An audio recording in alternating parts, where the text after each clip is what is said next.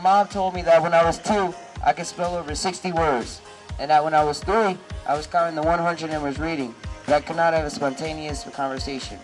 My mom said that I communicated physically through biting, kicking, and screaming. She also said that I would have tantrums when I would turn over chairs, plants, and throw or break things. Now come on, that does not sound like me. I gave up the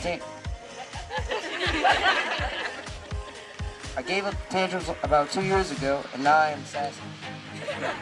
It's benefiting 3 families with autism, Corey, Austin, and Dean. Corey and Austin are both pretty much on the high functioning side, so the money is going to go towards like educational purposes and mostly tutoring, because it's like $35 an hour for a tutor for someone with autism.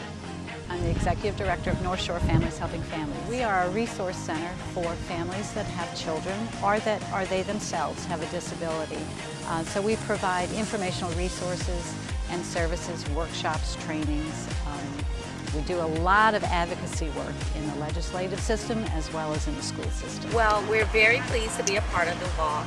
We met one of the sponsors of the walk, or the organizer of the walk, Maya Goche, several years ago. She was actually Austin's tutor when he was in, I think I want to say the 8th grade. No, 7th grade. It was 7th grade. And she met him.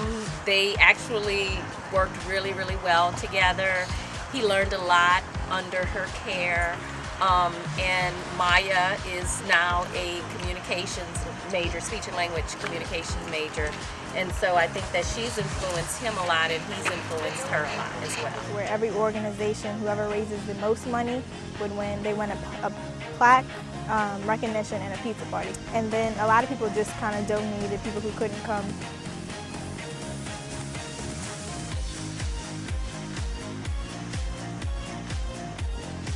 It's been difficult at times. I've cried many nights, but I can now say that I probably laugh a lot more than I cry. A lot of people would think it's like a traumatic experience, but it's really not. I had to deal with him through his brashness over the years. But I say he came out a fine young man, and he's going to be breaking hearts. On the walk, we're going to have quotes, so I want y'all to stop and absorb the quotes. SOAR stands for Strengthening Outcomes with Autism Resources. We created it from the ground up, and SOAR provides resources, support, training, and now recently we are actually opening up our main goal, which was an autism center. We will be providing speech therapy and applied behavior analysis therapy to children on the autism spectrum. Austin was diagnosed when he was 3 years old, and at that point he was not talking in terms of having a conversation. He was what they call echolalic, which means that if you say something, he said the same exact thing using the same exact tone.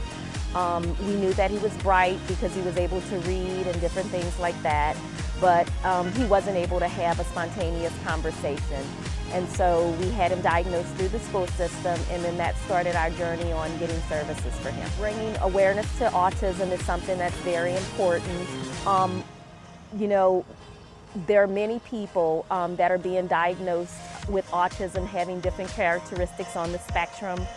It is a disorder that is very debilitating, and I believe that with appropriate interventions, kids can reach their God-given potential. And that's the journey that we have been on for Austin. Austin is now an honors student at Thomas Jefferson High School in Jefferson Parish. And the money that we get from this event will help him with the other things that he needs to learn. He still has significant social deficits, so we're looking at hiring somebody to work with him on learning social skills and different social cues that we sometimes take advantage of, that since we're typical people without having these deficits, things that we typically learn just from being around other people, he may have to be taught. So we are very honored to be a part of it, and we're hoping that the other families, I'm sure they're going to have their needs for their children, because when you see one child with autism, you see one child with autism. Different kids present different ways and they have different needs. So we're just very honored to be a part of it, and hope that, you know, Austin will continue to make growth and reach his God-given potential. My message is simple. If you have a child or someone you know and love and is diagnosed with autism, don't give up on them. Encourage them to do their best and let God handle the rest. My family did not give up on me, and I will not give up on myself.